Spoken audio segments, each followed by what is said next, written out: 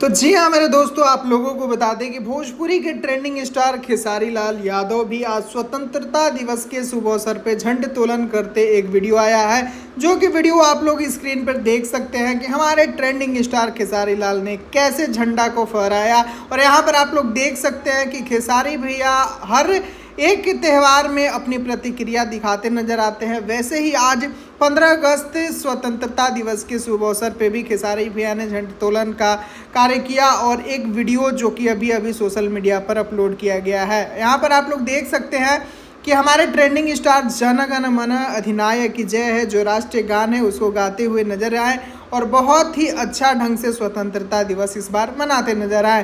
खैर आप लोगों को बता दें कि 11 बजे जो गाना आ रहा है उसका पूरा तैयारी में रहिएगा। गाने को खूब सारा प्यार देना है और इस बार इतना बवाल कर देना है कि सारा रिकॉर्ड टूट जाए मेरे भाई। चलिए देखिए, बस इतना ही।